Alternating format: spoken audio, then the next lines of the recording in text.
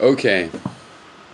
You know, the thing is, I understand. I understand the situation, and you explain why it happened. But I do understand them. I tried to tell you that. I mean, if this was a play, or no, if this was a short film, in other words, I understand the motivations of all the characters. I know why the Johhny and Naomi character went to. It's just funny because to me it is in effect a play. You guys could be faking all this for all I know, right? But I know you're not. But I don't really know that. But as a matter of fact, that would be amazing if you guys actually know each other. Every YouTube atheist is really part of this acting troupe, and you just all spread out to these different locations, and um, probably not likely. Anyway, if this was a short film, I understand the motivations of all the characters. But I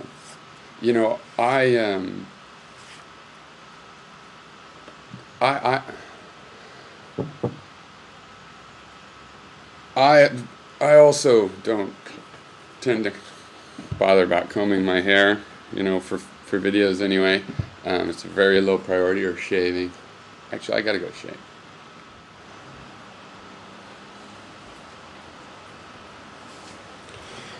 Okay, so where was I? Yeah, so I understand all the motivations. But if I was watching that film, I would think that that film was about the flaws that these protagonists have. This Johhny and Naomi character, it seems to be a story of contrast. See, the Johhny and Naomi characters have very high standards for education, for personal appearance, for cleanliness of their homes, for the locale they live in. I mean, New York, capital of the world.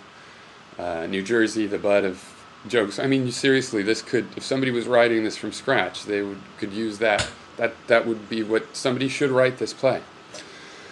And how people of such high standards could have this flaw of pettiness.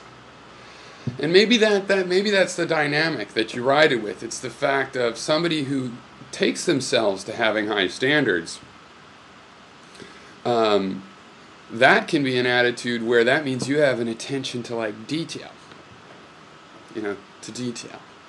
Like the detail of going all the way to Mendham, or thinking of being consistent all through the day. Someone sloppy like me, I might think, hey, I'm going to do that.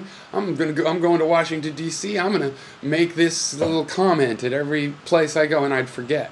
I'd be in the Smithsonian Museum, and I would forget. I'd be like, oh my God, that's the Smithsonian Museum. I just went there about a year ago, and basically this is what happens. This is I've always wanted to come here. I totally forget that I even had the camera all day. I mean, I have 2 minutes of video that I tried to take, as a tourist, for myself, for my family, and it's I can't even remember to use the camera in that case. I couldn't, I'm too sloppy to be that petty. And though I prefer easygoing to sloppy. So I think, that's the dynamic, and if his house was really as bad as you say, I mean, first of all, I've had friends probably with just as bad houses. I'm eclectic. So I know lots of cool people that have that sort of aesthetic, and worse, because I don't even know what you're talking about, and your standards are obviously high enough that, you might think that about my home. But anyway, so yeah, I mean, I think I understand it. That's the point. If I were to take this as an art criticism, I would understand what the writer was saying. But of course, we're all atheists here, and so we don't think there was a writer in that sense. But isn't that interesting? I mean, this is the sort of reason we believe in these spirits, when there's these lessons that come together like this. Of course, if it was a play, or a film, I don't know why I should think it should be a play.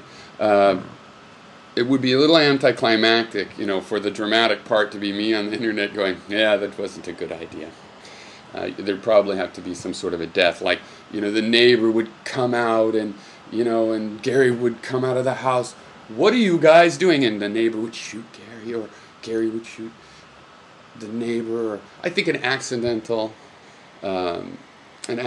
death would probably make the story a perfect tragedy. So it's, so all's well that ends well. You know what I mean? Gary doesn't even seem to mind, but yeah. So it's not super significant, but it's like this little. Of all the drama, this one really sort of is like a little mini drama. I mean, there's a lesson like a writer would put in a story. They're subtle for the people to get, and it's multi-layered. So that a lot of people could watch that and just, because of the lead up of who the characters are, go, God, that's funny. And meanwhile, a lot of people can watch this and intellectualize about the subtext of what it means for people of high standards, and rationality, and that I think consciously, personally, like having high standards, would sort of have a low standard, like this twisted sense of humor.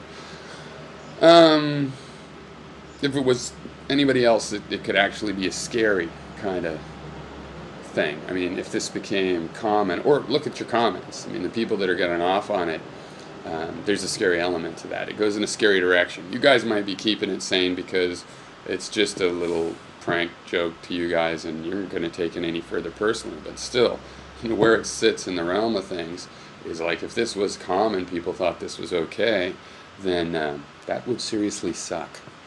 So, okay. Said my piece.